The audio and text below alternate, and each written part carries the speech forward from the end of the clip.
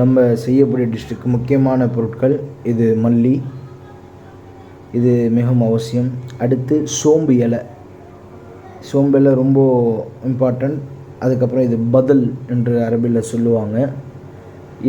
இது 3 தான் நம்ம பொடி பொடியாக நறுக்க போகிறோம்.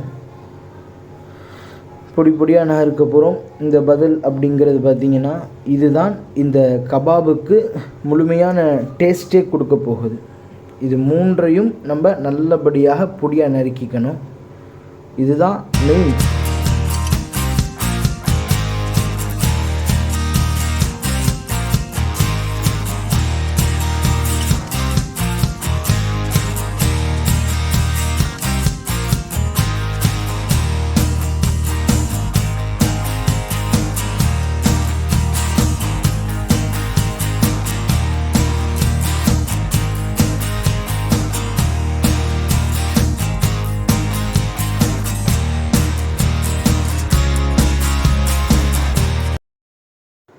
நம்ம நல்லா மிக்ஸ் பண்ணி வச்சுருந்த அந்த கறி கபாபுக்கானதை சின்ன சின்ன உருண்டையாக செய்து நம்ம ஒரு தட்டில் வச்சு மைக்ரோவனில் வச்சுருக்கோம்.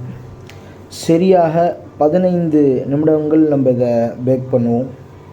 இதுக்கு முக்கியமான ஒரு விஷயம் என்ன அப்படின்னா, நீங்கள் கவனிக்க வேண்டியது, நம்ம வெங்காயமெல்லாம் ரொம்ப பொடி பொடியாக நறுக்கணும். அதனுடைய மிக்சர் நல்லா இருக்கணும். பேக் பண்ணி முடித்ததற்கு பிறகு மிகவும் அருமையான கபாப் ரெடி.